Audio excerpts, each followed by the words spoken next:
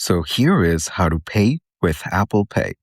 In order to use Apple Pay for payments, you will need to connect a working credit or debit card with your Apple Pay in order to access funds. So first up, let's open up the Settings application on the iPhone.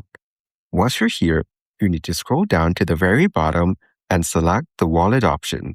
Then, you'll be brought to this page.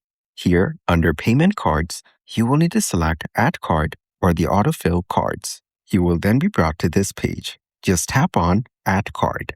Once you're here, you can place your card according to the instructions and it will fill in the details, or you can select Enter Card Details manually from the bottom. So once you're here, fill in your card details and then tap on Done.